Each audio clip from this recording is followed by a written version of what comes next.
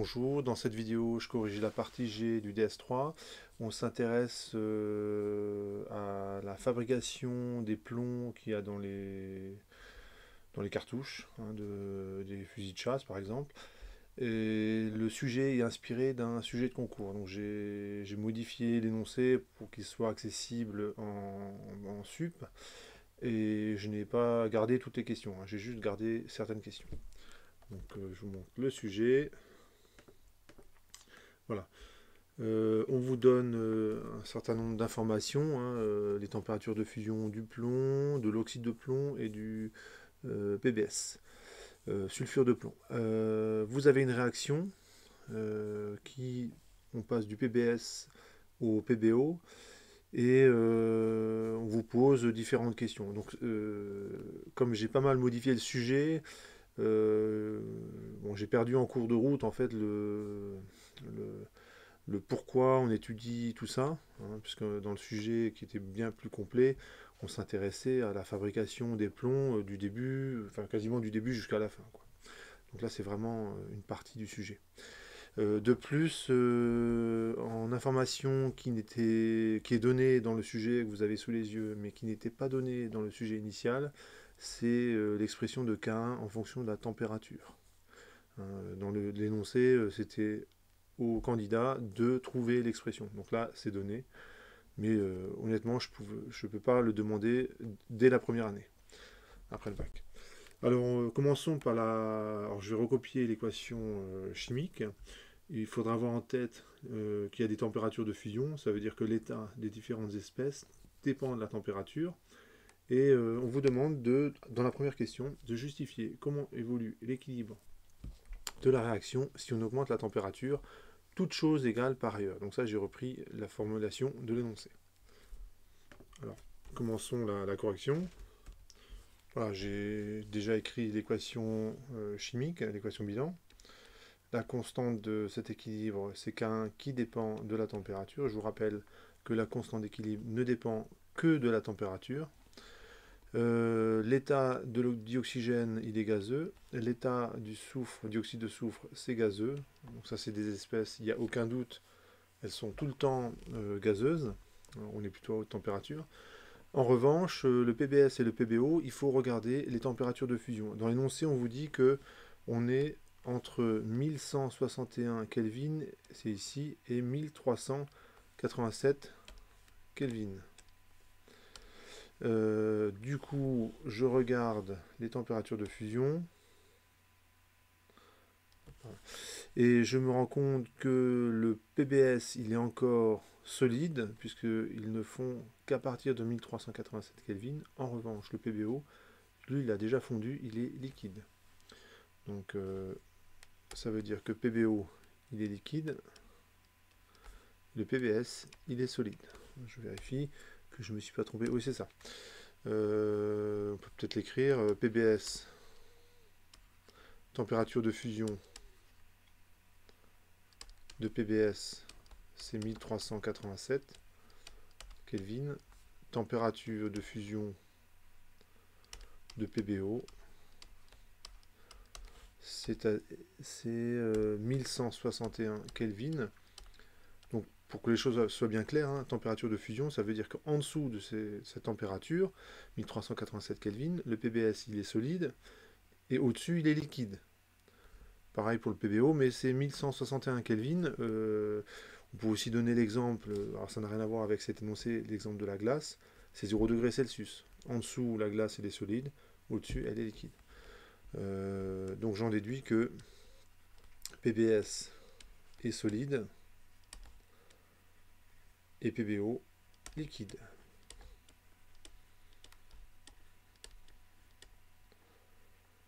Et ce qu'on vous demande, c'est que se passe-t-il lorsque j'élève la température? Alors il faut que je prenne également la bonne expression de K1. Alors c'est ici. Donc c'est l'expression, la deuxième, entre 1161 et 1387. Donc vous avez log de K1, c'est 388 2043 sur T. Donc K1 égale 3,88, alors c'est log de K1, Voilà, je vais recopier l'expression de K1. Et on va utiliser une échelle de quotient. Alors, une échelle de quotient, bah, ça veut dire que je vais utiliser un axe que je vais nommer. Ça va être une échelle de quotient.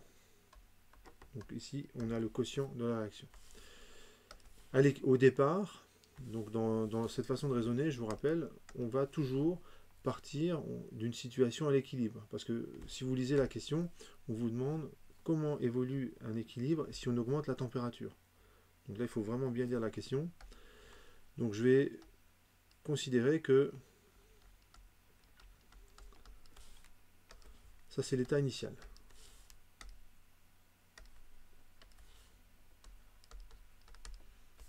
On est à l'équilibre.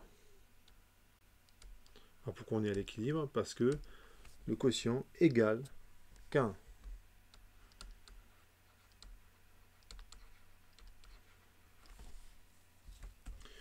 Voilà, donc je préfère écrire le quotient en rouge, je trouve que ça rend mieux. Et cette fois-ci, on va perturber le système, on va augmenter la température. Donc ici, on augmente la température. Et la question, c'est comment vont évoluer le quotient et la constante d'équilibre. Donc le quotient, ouais, attends que je dise pas de bêtises.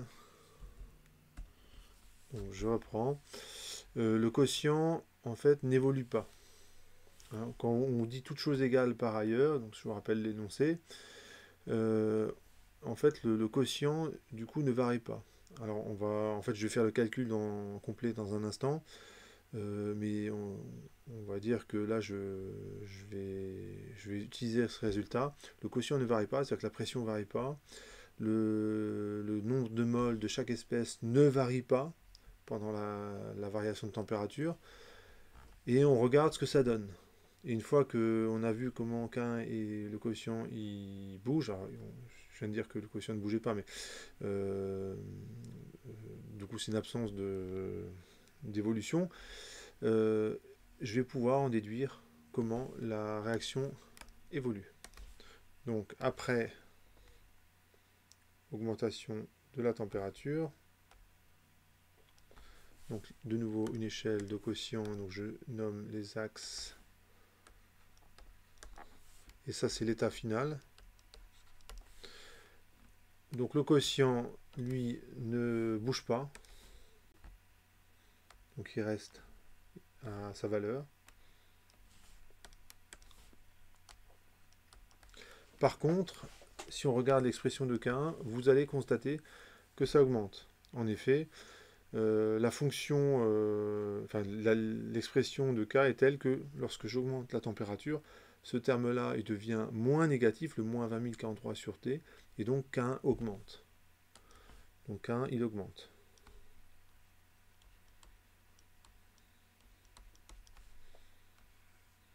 K1 augmente.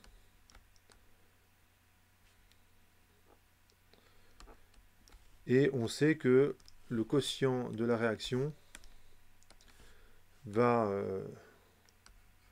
rejoindre la constante d'équilibre. Donc c'est la loi d'action de masse qui vous dit qu'à l'équilibre, ils sont égaux. Donc hors équilibre, le quotient, il tente à se rapprocher de K1. Et le sens de la flèche vous indique le déplacement de l'équilibre. Donc finalement, donc l'équilibre est déplacé dans le sens direct. Et donc déplacé dans le sens direct suite à une augmentation de température. Dans le sens direct suite à une augmentation de température.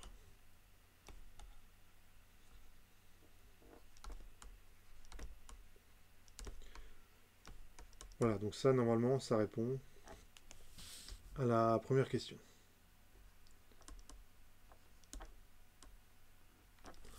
On encadre le résultat.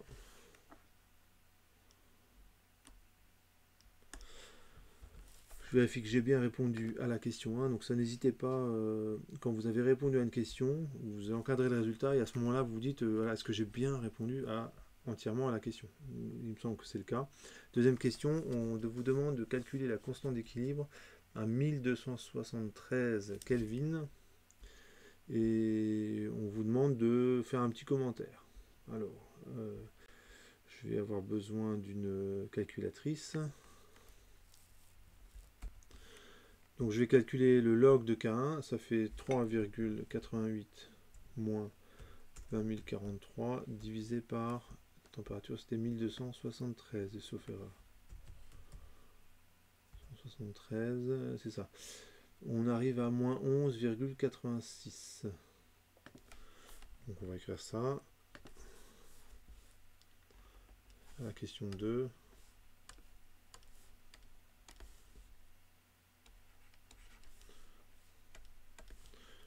On a log de K1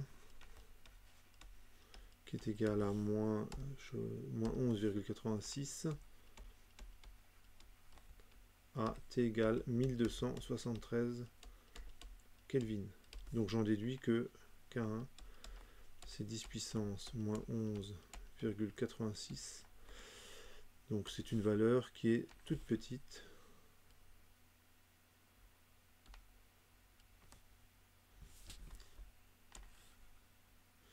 Voilà. Donc c'est une valeur qui est toute petite. Donc la réaction, elle est certainement limitée. Voilà. Donc K1 est très petit. La réaction est certainement limitée.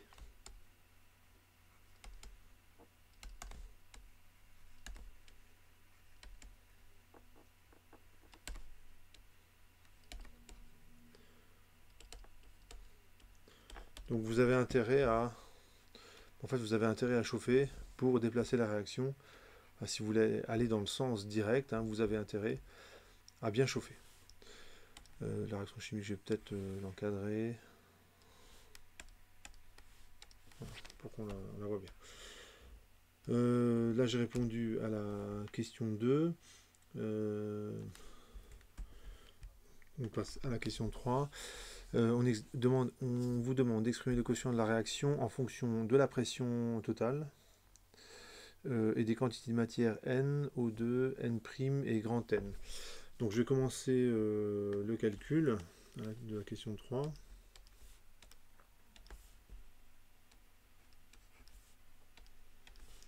Le quotient, ça vaut quoi? Ça vaut l'activité chimique. Je vous remonte l'équation chimique. De CO2 gazeux fois l'activité d'un liquide pur qui vaut 1. Je vais diviser par l'activité du dioxygène exposant 3,5 fois l'activité d'un solide qui vaut 1. Donc ça va donner ceci. Donc l'activité du SO2, donc c'est sa pression sur la pression de référence, fois l'activité du PBO liquide qui vaut 1, fois l'activité au dénominateur du dioxygène sur la pression de référence exposant 3,5 et l'activité de PBS C1. Donc finalement, après réécriture, je simplifie un petit peu. Ici j'ai P0 exposant 1,5 sur la pression de dioxygène exposant 3,5. Donc là j'ai une première expression du quotient. Là, vu l'énoncé, il faut que je trouve une formule pour exprimer. On doit utiliser une formule. Alors là, je pense que je surrédige. C'est une formule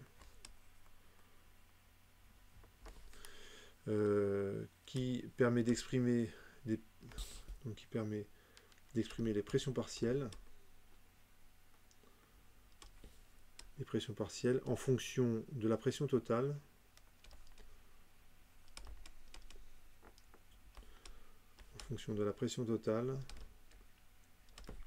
de TP, pression totale, et des différentes quantités de matière.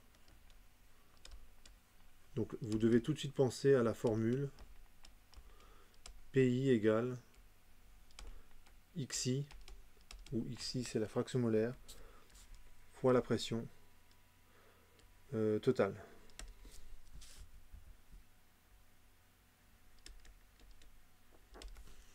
Donc PI égale XI P total. Donc je mets entre guillemets parce que c'est la formule générique. Et XI ça vaut Ni sur le nombre total de moles gazeuses. Donc ça c'est important, c'est le nombre total de moles gazeuses. Donc s'il y a du solide ou liquide, ça compte pas. Donc, on a donc la pression partielle de SO2, pardon. C'est le nombre de moles de SO2. Alors comment s'appelle-t-il en fonction et des quantités de matière de N. Donc c'est N', c'est marqué ici. C'est marqué ici. Et pour le dioxygène, c'est N. Donc ça donne N' sur grand N, le nombre total de moles gazeuses, fois la pression totale qui est notée P. Et la pression partielle du dioxygène, bah, du coup c'est N sur grand N, fois la pression totale qui est notée P. Donc là il faut bien lire l'énoncé pour ne pas se tromper dans les notations. Donc j'arrive à une expression du quotient qui est la suivante. Pression de SO2, donc ça fait petit n sur grand N fois P, fois P0 exposant 1,5 sur N' sur grand N. Non, c'est N' ici. Je me suis trompé. Et ici, c'est N sur grand N. Fois la pression totale, le tout exposant 3,5. Je vérifie que je ne me suis pas trompé. N' SO2, ouais, c'est bon. Oui, normalement, j'ai pas fait d'erreur. Je vais réécrire le quotient, je vais simplifier un petit peu. Donc j'ai N' au dénominateur, j'ai P0 ici, sur P, exposant 1,5. J'ai grand N, exposant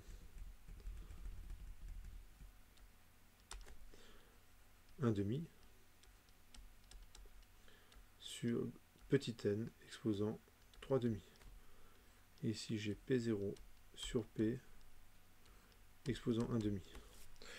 Donc là, c'est juste une simplification. Hein. Je vois qu'il ne reste que racine de n au numérateur.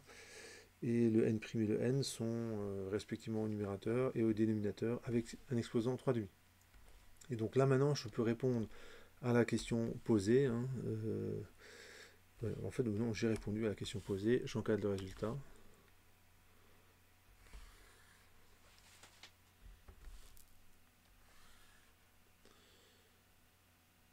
Voilà. On épaissit un peu le trait. Donc ça répond à la question 3, sauf erreur. Passons à la question 4. À la question 4, on vous demande, cette fois-ci, comment évolue l'équilibre si on augmente la pression, toute chose égale, par ailleurs.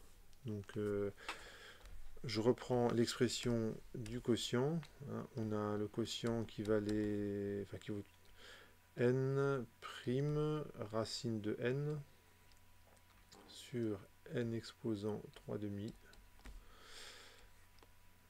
P0 sur P exposant 1,5. Voilà, ou racine, j'aurais pu mettre racine. Alors, je recommence comme tout à l'heure. Je vais partir d'un état initial. Donc, je fais une échelle de quotient.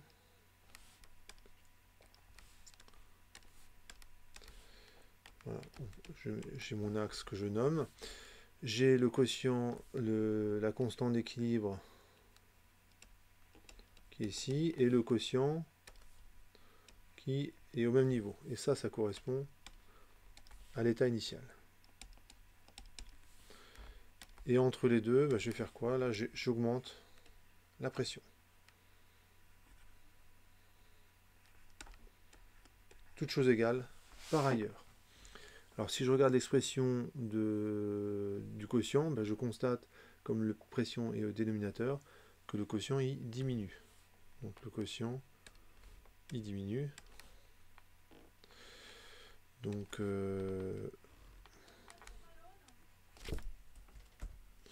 moi j'ai pris un petit peu d'avance dans l'écriture. Donc le quotient diminue. La constante d'équilibre, elle, ne change pas car elle ne dépend que de la température. Donc K ne dépendant que de la température, elle est constante. Ne dépendant que de la température, elle est constante. Enfin, elle reste constante. Température, elle est constante parce que la température est constante.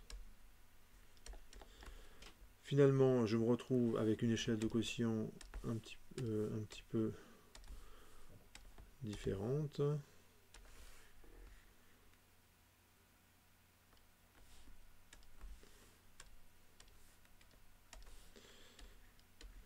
Donc la constante, elle n'a pas bougé, elle est là.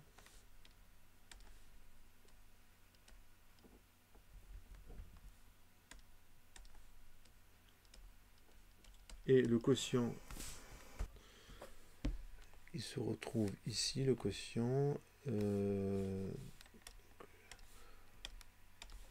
Donc on a le quotient par ici. Et forcément, d'après la loi d'action de masse, ce quotient, il va rejoindre d'une certaine façon la constante d'équilibre, hein, puisque la loi d'action de masse vous dit à l'équilibre ils sont égaux.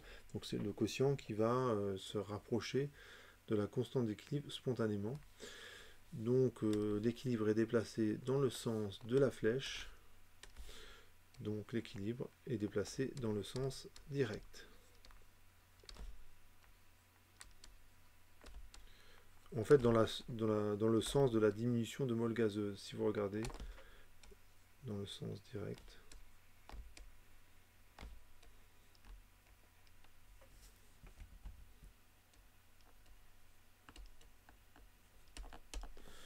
Lorsque la pression augmente.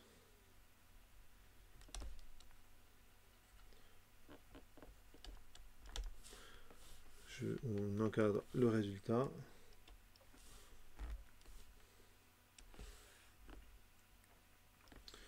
peut faire une petite remarque.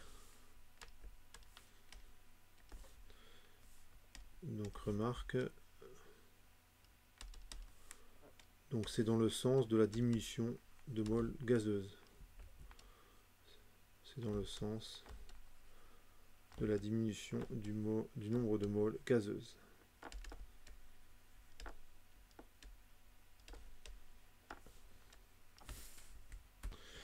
Alors je vous remonte l'équation chimique, je vais vous la montrer sur l'énoncé. Donc l'équation chimique, ouais. Donc elle est là. Donc ce que vous remarquez, c'est que quand la réaction est déplacée dans le sens direct, on passe de 1,5 molécules de gaz à une molécule de gaz. Donc c'est plus, entre guillemets, c'est plus intéressant pour le système. Lorsque j'augmente la pression, en fait, je contrains un peu les molécules à se rapprocher. Et d'une certaine façon, pour le système, une façon de réagir pour s'opposer à cette promiscuité des molécules, c'est de diminuer le nombre de molécules sous forme gazeuse. Une solution possible, c'est de favoriser la réaction dans le sens direct. On aura un petit peu moins de molécules gazeuses. Donc là, normalement, je réponds à la question 4. On fait la question 5. On utilise de l'air pour effectuer la réaction. La présence de diazote favorise-t-elle la réaction à température et pression fixée? Pourquoi pensez-vous que les industriels prennent de l'air plutôt que du dioxygène pur? Voilà, donc avant de faire cette question, je vais quand même faire une petite remarque. Finalement, si vous voulez favoriser l'équilibre, la réaction chimique dans le sens direct, vous avez intérêt à augmenter la pression et la température. Donc c'est pas forcément des conditions faciles à maîtriser. Donc, je passe à la dernière question. Alors, question 5. Donc cette fois-ci, l'expression du quotient, parce que c'est ça dont j'ai besoin, du quotient. Il y avait une indication qui était donnée dans l'énoncé. Et cette fois-ci,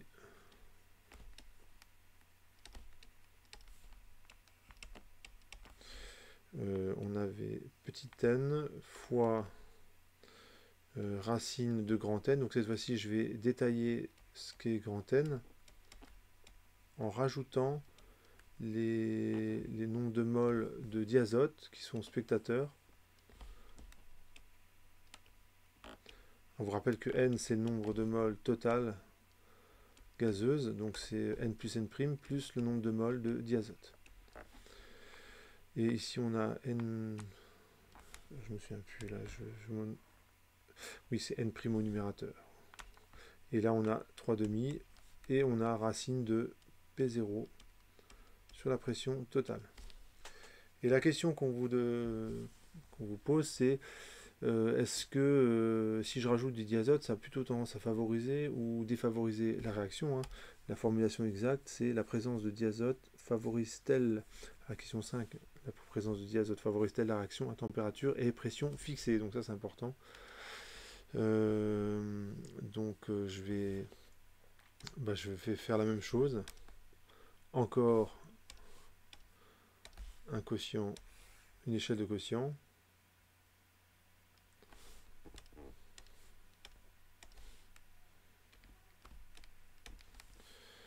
Donc on a la constante d'équilibre qui est ici,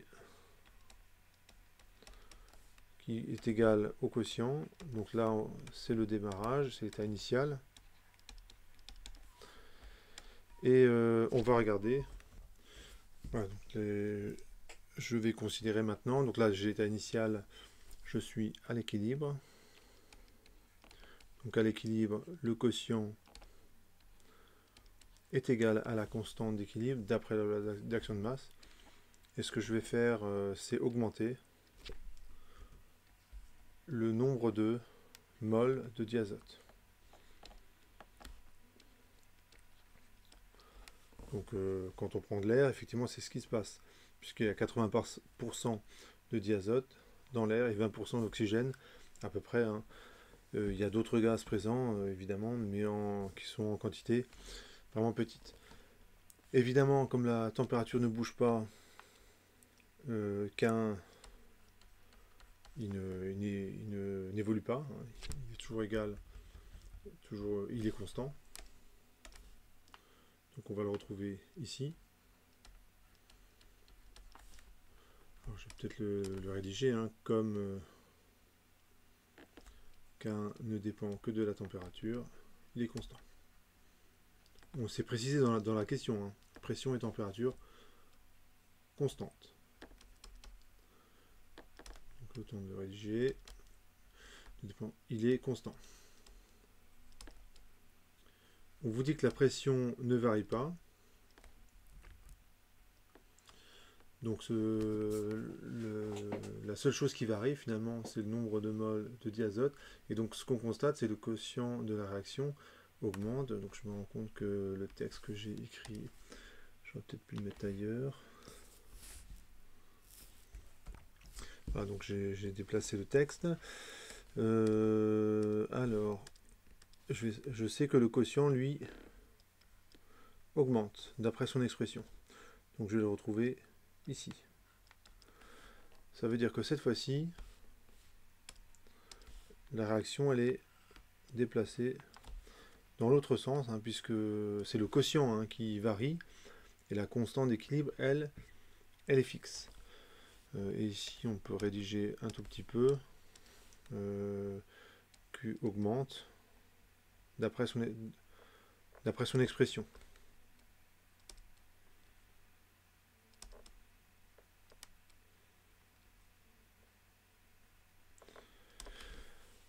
Et conclusion, l'équilibre est cette fois-ci déplacé dans le sens inverse lorsqu'on rajoute du diazote. Et déplacé dans le sens inverse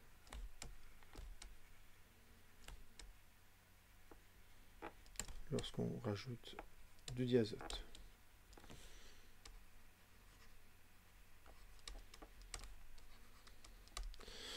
Voilà, donc normalement ça répond à la première partie de la question. La présence de diazote favorise-t-elle la réaction à température et pression fixée? Ben, la réponse c'est non. Virgule, donc la réaction n'est pas favorisée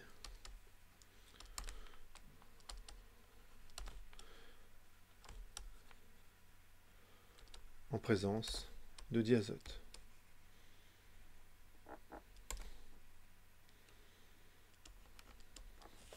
Voilà, donc ça répond vraiment à la question.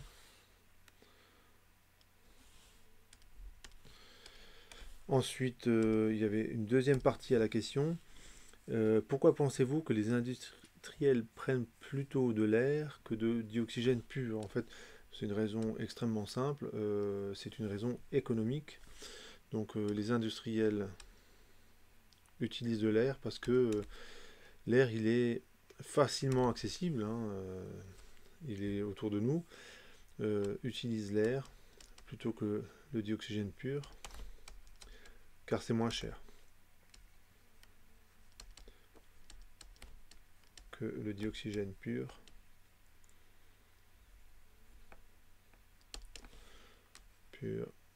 Car c'est moins cher. Alors je l'affirme et j'en suis certain. L'air qu'on respire, entre guillemets, bah, il est vraiment gratuit, hein. Je veux dire, il n'y a qu'à se servir. Par contre, s'il vous faut amener du dioxygène pur, évidemment, bah, ça va vous coûter d'office plus cher parce que le dioxygène, il ne va pas rentrer tout seul dans la bouteille. Hein, donc il faut toute une installation qui consomme du matériau, de l'énergie. Donc ça a un coût, ça, d'avoir du dioxygène pur. Il faut ramener ce dioxygène pur au niveau de l'usine. Et ensuite, il faut l'utiliser, il faut faire attention, parce que certainement que le gaz est sous pression. De plus, si jamais vous êtes en rupture d'approvisionnement, ça peut être embêtant. Enfin bon, il peut y avoir des tas de raisons qu'on pourrait invoquer, qui font que c'est quand même beaucoup plus simple d'utiliser l'air qui nous entoure, même si c'est moins efficace. Hein, même si c'est moins efficace. Alors là, j'ai dit car c'est moins cher. Bon, on pourrait rallonger les explications, sachant que je ne suis pas du tout spécialiste de la question, donc certainement que si on demandait à un industriel, l'industriel en question, de répondre à cette question, il pourrait vous développer ça vraiment en détail. Et il me semble que là j'ai fini la partie, hein, et j'ai répondu à toutes les questions. Voilà, donc le sujet, évidemment, était beaucoup plus vaste que ça. Là, j'ai juste pris quelques questions. On s'intéressait dans ce sujet aussi à la formation des billes de plomb. En fait, on les laisse tomber par gravité dans une tour et le plomb est liquide en haut de la tour et se solidifie au cours de la chute.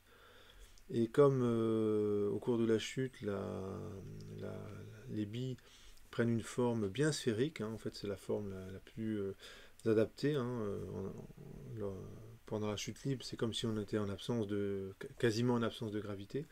Donc le liquide va adopter une forme circulaire et se solidifier comme ça. Et quand on arrive donc en bas de la tour, on récupère des billes solides euh, comme ça. Donc le procédé de fabrication est très astucieux et certainement très polluant. Je crois qu'ils en parlent aussi dans le sujet. Voilà, bah, je vous dis à bientôt pour d'autres vidéos.